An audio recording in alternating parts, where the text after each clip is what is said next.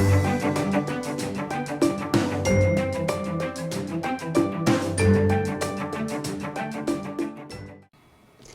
evening and welcome to Health Watch. My name is Karen Cheriot. Every new year, people set out new goals, which mainly encompasses health. When it comes to health, people talk about weight loss, weight gain, nutrition. But unfortunately, 2 years down the line, 1 year down, 6 months down the line, no one really cares about these goals. They have been throttled away. Before we start this topic today, let us have a health tip.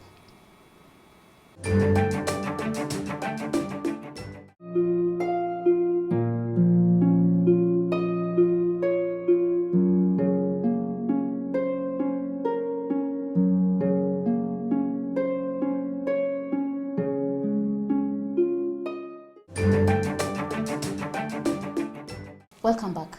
Today in studio, we are joined with a nutrition consultant, Kefa. Welcome to the show, Kefa. Thank you so much. Talking about setting goals for weight management, eating better. Tell us about it. How best can someone set these nutritional goals? Now, of course, the new year is actually here with us, and one of the things most people prioritize is actually their healthy status.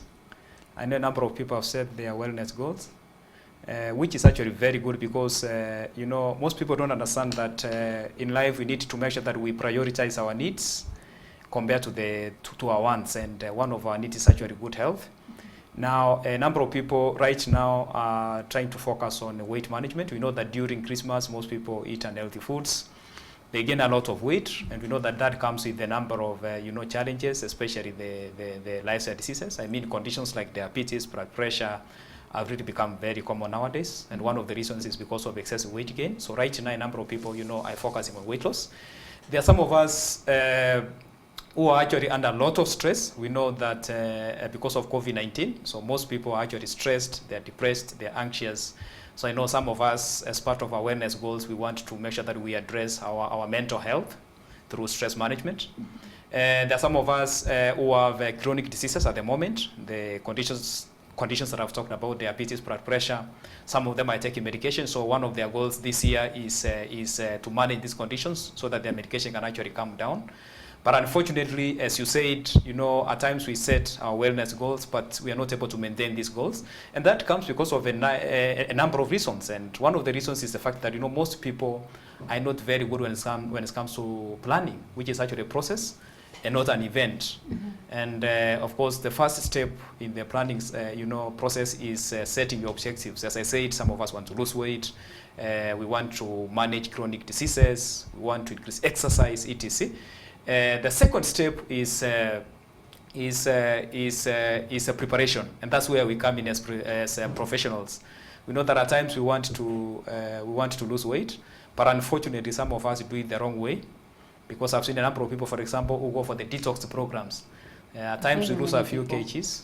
Sometimes we lose a few kgs, but after that you gain more. Some of these programs actually predispose us to a number of disease conditions, including diabetes. Mm-hmm. And that is why it's always important for us to know that weight loss can also be a sign of disease, depending on how it happens. In fact, you go to hospitals and people lose weight, but they don't recover because they are losing weight through breaking the muscles. And that's what happens with some of these programs. Mm-hmm. So once you have done the preparation, and then the next step is actually action. People need to know that it's not enough for you to know what you're supposed to do. You're supposed to make sure that you take action, because what makes a difference is not what you know, but what you do with what you know. And of course, last is maintenance. Mm-hmm. I think that's the process that usually lacks, and that's why most people are not able to maintain their wellness goals. Mm-hmm. Yeah. What do you mean by action? Action simply means that if I know that I'm supposed to take water, for example, we recommend 8 glasses of water per day, which is just average. Of course, the exact amount of water I need depends on our body weight. Mm-hmm. If I know that I'm supposed to take the 8 glasses, I should actually take a step of taking it. But unfortunately, some of us know that we're supposed to take 8 glasses, but we don't take a single glass of water by the end of the day because we think that we can get water from tea. For your information, there's some of us who take up to 10 cups of tea, but we don't take a single glass of water. At times we think that we can get water from coffee. So you see? Mm-hmm. Water has tea has water. Yeah, but unfortunately, what people need to understand is the fact that, tea contains nicotine, which works the same way like caffeine, and caffeine actually dehydrates us. So meaning when you take tea, you should actually increase your water intake, same case to coffee. Unfortunately, when we take the tea and coffee, we think that you can actually get water from tea, and that is why most people don't actually take the water, because they think that they can be able to get water from some of these beverages. Yes.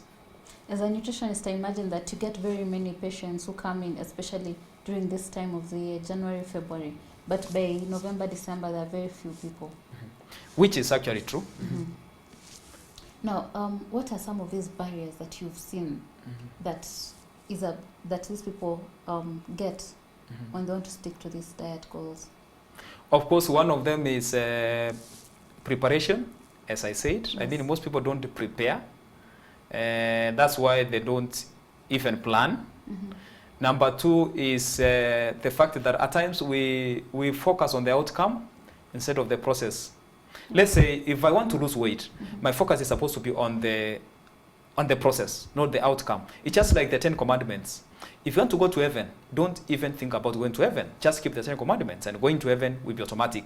And that's how we are supposed to approach it. So if I want to lose 10 kgs, yes, I should not focus on the 10 kgs. Don't focus on the 10 kgs. What you need to do is very simple. You need, to get a meal plan. Let's say you need to see a nutritionist so that you can be able to know what you're supposed to take for your breakfast, lunch, and dinner. And then, of course, you also need exercise. So if you can focus on what you're supposed to do, which is actually adopting a healthy diet and exercise, I mean, weight loss is supposed to be an outcome.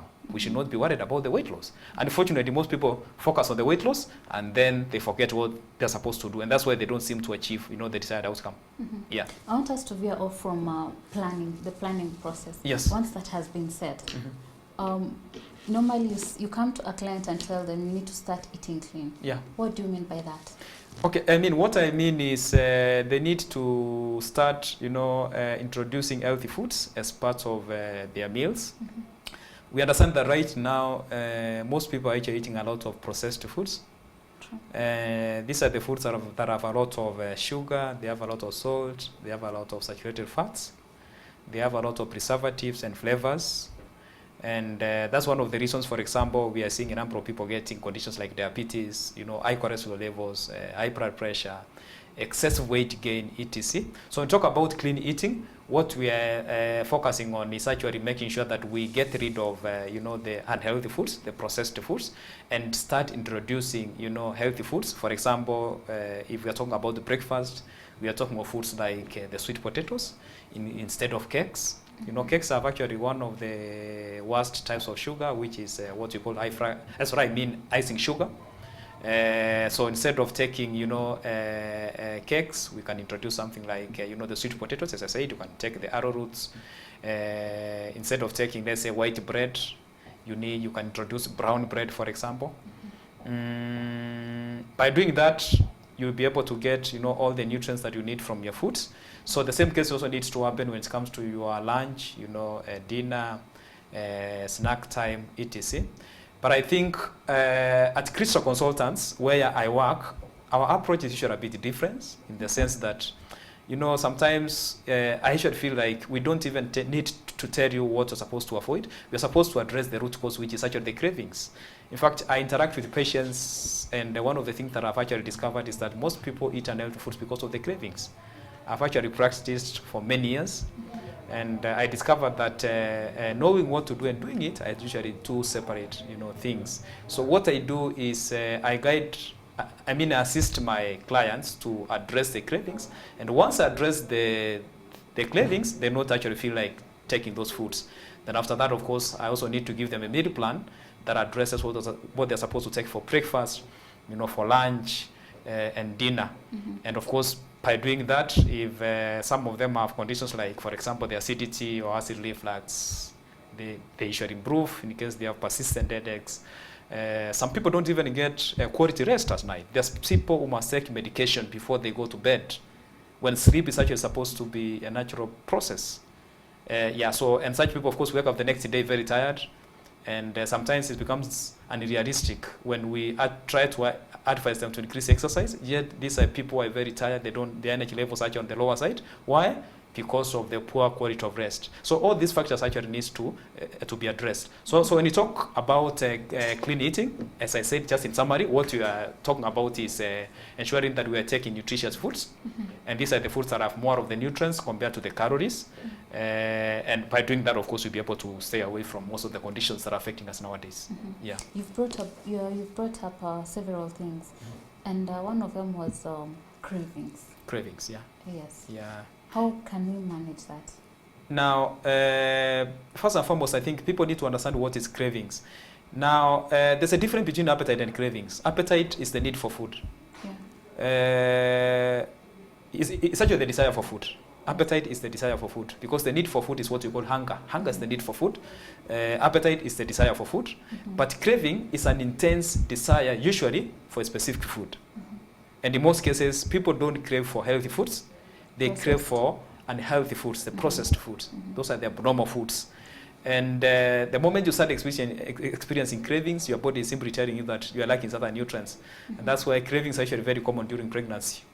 Why? Because, during that time, there's usually increased need for certain nutrients and all that. So therefore, as a nutritionist, what I'm usually interested to do is trying to find out which nutrients are you lacking, so that I can be able to address those nutrients. And of course, once I do that, we're able to get rid of some of these cravings. We know that people have different types of cravings. There are some of us who crave for salty foods, some of them crave for sugary foods, etc. But we're able to address all those cravings in the process of consultation.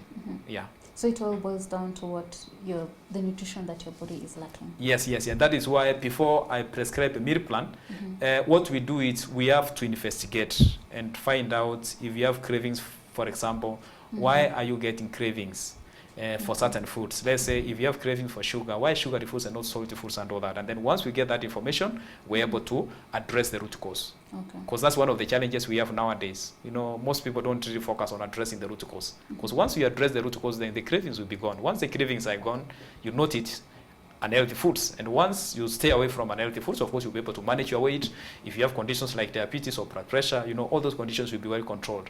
We can say we can eat healthy foods. Like if you're craving sugar, go for sugary fruits like banana. Is that way we can translate these cravings for processed food to healthy foods? That's a very good question. Now, most people think that sugar is bad. Sugar is not bad. Depends on the type of sugar that we are taking and the quantities. Yeah. Salt is not bad. In fact, I've seen some, doctors, for example, or practitioners who advise patients to stop salt. Salt is not bad. It plays a number of, roles in the body. What is bad is the excess. So if, let's say you have sugary cravings, instead of going for unhealthy types of sugar, for example, the high-zinc sugar that we find in the cakes, or the high fructose corn syrup that we find in the soft drinks, which is actually the worst form of sugar that increases the risk of getting the diabetes, you can actually take, healthy foods that contain natural sugar. For example, we know that certain fruits are known to have a type of sugar we call fructose. Like if you take a ripe banana, it has, a type of sugar we call fructose. So when you have sugary cravings, you can take such foods, a mango as sugar, etc. But we want to focus on natural sugars compared to the processed sugar. Yeah. I want us to move to the misconceptions. I believe some of them have come out through that talk.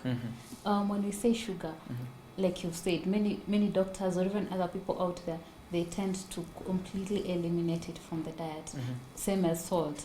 And another thing that is very common, carbs. Carbs, yeah. When it comes Tell to us weight more loss. about these misconceptions. Is it really wise to eliminate these foods? Yeah. Now, before I talk about carbohydrates, I know that's much an issue that most people Have. Nowadays, that we talk about weight loss, most people think, about getting rid of starch. But before I talk about that, let me talk about the sugar. As I said, the sugar is not bad. Yes. Because if your body doesn't get any sugar, your energy levels will actually come down. There's a condition we call hypoglycemia, which is very low, blood sugar levels. is such a common condition, especially for patients who have diabetes, whereby sometimes their sugar actually comes down. That is why we recommend that we don't actually, say that sugar is bad. Sugar is not bad, depends on the type of sugar that you are taking. And our blood sugar at any given moment is supposed to be within a certain range. So meaning the most important thing is for us to control our sugar intake and ensure that we get sugar from the natural foods. Let me talk about the starches. I know nowadays, everybody wants to lose weight. Everybody wants to lose weight. But unfortunately, at times we do it the wrong way, and there are actually a lot of misconceptions out there when it comes to weight loss. For example, people think, when it comes to weight loss, the enemy is the starch. Yeah. Which to me, I don't actually believe that is the case, because starch has been there since the time of Christ. True. But what has changed is the type of starch that we are taking. For example, if you are taking white bread, it lacks fiber. So you are likely to take more starch. And therefore, we don't say that starch is such the issue, but you are the ones who are taking actually the wrong starches. And that's what needs to change. But unfortunately, nowadays, we find people, who give blanket statements that starch is bad. So we've seen a number of people avoid starch. With the time, you start getting memory issues. And of course, the body also gets affected in so many ways, because starch plays a key role when it comes to the normal functioning of the body. So therefore, as much as we want to manage our weight, it's very important for us to ensure that we do it the right way. And that is why the preparation process was very, very important, whereby before you start the weight loss journey, you need to make sure that you have the right information. And you cannot get the right information from internet. You can't get the right information from internet. You need to sit down with a professional so that you can be able to get the right information. If you're talking about food, you cannot get the right information from a medical doctor. You're supposed to see a doctor. That's what I mean, a nutritionist, sorry. You're supposed to see a nutritionist. The challenge is sometimes when we get information from different angles. I've seen people sharing information and all that, and in the process, we really don't achieve what we need. There are so many other misconceptions when it comes to weight loss. Like, for example, I've seen people who think that when it comes to weight loss, the focus is on controlling the quantities. When, as a professional, I know that what we're supposed to do is to measure that we focus on the quality of the food, not even the quantity of the food. Okay. Does that mean that there's nothing like overeating when it comes to nutrition, good nutritious food? Now, there's some of us who eat too much food, but that happens because of what you call the cravings. Remember, I said that craving is actually, an intense desire for specific foods, and in most cases, usually, the abnormal foods. But appetite is actually the desire for food. And once you've taken enough, your body should stop you. Okay. The same case when let's say lunchtime comes, I mean, you feel like eating. I mean, your body is telling you that I need food. The body is supposed to communicate. But at times we get to cases whereby, the body is not actually communicating, and most people end up eating too much, and that happens because of the cravings. And that's why, to me, I think the right approach is not focusing on the quantity of the food, but addressing what you are eating, so that we can actually learn to listen to our body and all that. But unfortunately, most people always focus on the quantity of the food. I've seen people, for example, take one slice of bread, and they are coming to see me for weight loss. So if I was to reduce, their food intake, I mean, if you are taking one slice, there's nothing there for me to reduce. Another thing that usually comes up with the misconceptions, diets. I know you've mentioned about the starch and all that. Yeah. But a lot of people who go on diets where they only take, say, juices, they juice for like 14 days, or probably they go for pills. What's your take on such? Now, I know those programs are common, and there are some of people who usually go for detox programs. For example, there are people who go for 10 days with just juices. They avoid the proteins and the starches, and they do all that in the process of getting rid of toxins from the body, and of course plus the weight loss. There are a number of people, for example, who avoid the starches. As I said, we have a number of programs like intermittent fasting, ETC, all these programs. But for us to get it right in terms of weight loss, it all starts by the kind of questions that we ask ourselves. Yes. whereby when I talk about weight loss, I believe that the right question is supposed to be why am I gaining weight, not how can I lose the weight. Because if you ask yourself why you're gaining weight, it cannot be because you're not taking, fruit juice for 10 days. It will not make sense. So it all starts by asking ourselves the right questions. Let's say if I was to ask myself a simple question, why am I gaining weight? Of course, it will take me back to my lifestyle. Maybe my diet is not good. I'm taking a lot of processed foods. I don't exercise. Maybe I'm not getting quality rest at night, etc. And that is what needs to be addressed. Unfortunately, most people go for the shortcuts. We want quick fixes, but unfortunately, in the process, we don't seem to achieve, sustainable results. Because that's the most important thing. Yeah. Now, do you know how your plate should look like? We're going on a short break, and when we come back, we're going to talk about how your plate should look like and about mindful eating. What does that mean?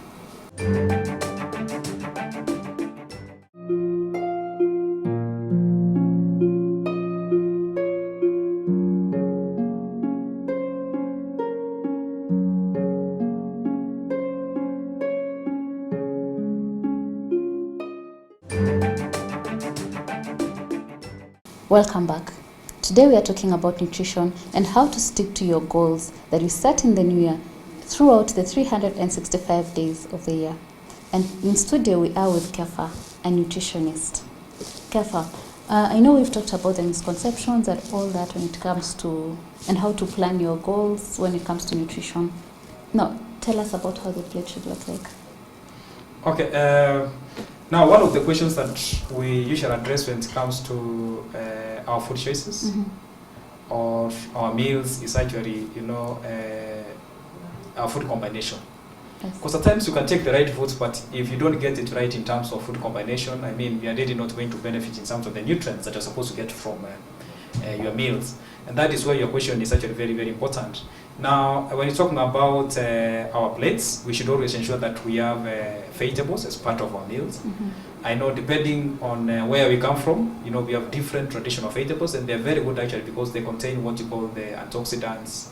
There are some compounds we call, phytochemicals, etc. They're actually very good in terms of boosting our immune function. Something that is very important, especially during this time. So traditional vegetables are very, very important, and we should actually make sure that we include them as part of our meals. But there are so many other types of vegetables, like we have spinach, we have French beans, etc. So vegetables are very important. They're supposed to be part of our meals. We're also supposed to have what you call the proteins. Now, we have different types of proteins. We have the beans, the green grams, we have beef, we have beaver, we have chicken, etc. We also have what you call the starches. Starches include, the ugali, potatoes, matoke, chapatis, etc. They're also supposed to be part of our meals. Now, depending on what you want to achieve. Now, some of us, for example, want to lose weight. Of course, you're supposed to ensure that you try to increase your intake of the vegetables, try to control your starches. But of course, it depends on what you want to achieve. If you want to gain weight, of course, you cannot gain the weight by increasing the vegetables. It simply means that you have to work on increasing the foods that have more energy content, like the proteins and the starches. But that is how our plate is actually supposed to look. And always remember that you're supposed to interchange your foods, because I've seen a number of people, for example, take the same food from Monday to Friday or January to December. Yeah, so if you do that, of course, your body might start lacking certain nutrients, and when that happens, your immunity is likely to be weak. So when we're talking about our plate, we always want to make sure that apart from addressing, the way we're supposed to serve our meals, we also supposed to make sure that we introduce variety when it comes to our meals. Yes. In order to make it fun. Yes, very important. Yeah. Okay. Another thing that usually people tend to forgo is water. You had said that you can take 8 glasses of water, but it depends with your body. Yeah, so it usually depends on the body weight. That's just average. So when people come to see us, we are able to give them the exact amount of water that they actually need. But you'll be surprised to know that there are some of us who even don't take the average. So that happens because of a number of reasons. For example, there are some people who don't like the taste of water. That's why we have flavored water in the supermarkets, for example. There are some of us who don't remember to take water. And for those of us who don't like the taste of water, and we cannot afford to buy flavored water in the supermarkets, how can we flavor our water at home? Okay, you can actually flavor the water using lemon, and that will actually improve the taste of water. But I think if you came to see me, I'm interested on addressing the root cause. Why is it that you don't like the taste of water? But of course, if you want something to flavor the water, then I would recommend something like lemon. Mm-hmm. But you also understand that there are some of us with conditions like acidity or heartburn, so such people are not able to, to withstand, lemon. But to me, I would be interested to address the root cause, and I'm able to know why you're not able to take water when we sit down, and I'm able to get a clear picture of what you take the whole day. Yes. So as I said, there are some of us who also don't take water because we don't remember to take water. Some people don't take water because they don't even know why they need to take the water. Those are some of the reasons why people don't take water. Yeah. Yeah. So meaning it's also very important for people to understand why they need to take the water. For example, water controls the body temperature. Yeah. Very important. Water assists us to get rid of toxins from the body, so that we really don't need the detox programs. Mm-hmm. Water is very important for people hypertensive, etc. So it's also very important for people to understand why they need to take the water. So those are some of the reasons why most people are not able to take water. Yeah. Mm-hmm. I want us to move on to what is called mindful eating. Mm-hmm. I know we've talked about clean eating, but then there's this thing called mindful eating. What does that mean? Now, when we talk about mindful eating, we want you to, for example, consciously understand what you're actually getting from your meals, Okay. so that we're not just eating food just because of taste and convenience. Mm-hmm. Yeah, if you talk to most people who take a lot of processed foods, and try to find out why do they take those foods, most of them will tell you that they take these foods because of taste, convenience, and of course some of those foods are very attractive names. True. French fries, etc. The And that presentation attracts also people, as well. to take those foods, Mm-hmm. the way they are presented and all that. Mm-hmm. But we talk about mindful eating, we want you to understand, why you are taking certain foods, and not just because of those factors and all that. Yes. Yeah, and one of the reasons as why we take food, of course, is for us to get the nutrients. Mm-hmm. Why do you need the nutrients? I mean, nutrients are the ones that, assist the body in terms of its normal functioning. Mm-hmm. Foods are very important in terms of assisting us to get energy for our daily activities, Mm-hmm. For small children, foods are very important in terms of, when it comes to growth and development. So there are so many roles of food. And when we're taking off our meals, we should always remember, what are we supposed to get from our foods? Is it the nutrients and all that? Unfortunately, most people actually take foods that contain what you call the empty calories, Mm-hmm. the processed food. They have a lot of calories, the excess calories, and that's what gets, converted into fat. And in most cases, usually, stored around the abdomen, the waist. And that is what basically become a major crisis nowadays. So I think it's very, very important that we start practicing mindful eating. Very important. Mm-hmm. Yeah. Another thing that usually comes up for when people say mindful eating is the eating habits. Chew slowly, don't eat in front of a television. Yeah. I don't know what you can say about these habits. Yeah, because some of us don't take enough time when it comes to our meals. I mean, we are just eating as a by the way. We are focusing on so many other things. We are working on reports and all that as we're eating. Yeah. We really don't recommend that. Actually, that's one of the reasons as why we are seeing increasing cases of digestive disorders. I mean, conditions like acidity are becoming very common. But before you get acidity, it usually starts from a simple condition we call heartburn. And what surprises me is the fact that most people take these conditions to be normal. That because everybody is getting acidity, I mean it's normal. And that's why some people say, oh, when I take these foods, I get acidity. But that is not normal. Mm-hmm. I mean, we can be able to address some of these conditions to the point where we're able to eat everything. Because the others who are eating those foods and they don't have those conditions. Yes. So if you don't address heartburn, you're likely to get acidity. If you don't address acidity, you get acid reflux. Your rest will be affected, etc. And that is why we need to make sure that we concentrate when it comes to eating our meals. I mean, let mealtime be the time when you focus on our foods, yes, so that we have enough time to chew our foods. Most people don't know that when you're chewing the food, the brain is getting signals that you're eating, so it prepares the stomach and all that. So let's focus on our meals during mealtime. Very important. Thank you so much. Yeah. As we wind up, like you said, many people get the nutritional information from internet. So why is it important for someone to work with a nutritionist when they're setting up their goals for the year, their nutritional goals for the year, and any other time? Why should they come to you as a nutritionist? And where can they get you? Okay, and before I answer that, I'm actually located at Turbine KMS Center, next to CIC, third floor, 315. We work with a number of insurance companies. And in case they want to reach us, they can always Google my name. They go online and check my name. I've actually a blog where I post a lot of information. They'll be able to get my contacts there. They just need to Google Kefa Nyanumba or Chris Rice Consultants. But if they can actually Google my name, they'll be able to get all the contacts. Now, why somebody needs to come to see a nutritionist is because, you know, when you're setting goals, you're supposed to ensure that, you know, you set, smart wellness goals. And what do I mean by smart wellness goals? Your goals are supposed to be specific. Like, don't tell me that you want to lose, you know, many kgs this year. I mean, that's not a specific goal. Yeah. It's supposed to be specific. And of course, that is supposed to be determined by a nutritionist. So whereby when you come, what I do is I calculate your BMI by taking your weight and your height, then I'm able to get your BMI. Once we have the BMI, then I'll be able to guide you to know the number of kgs you're supposed to lose, for example. The goals are supposed to be, you know, measurable.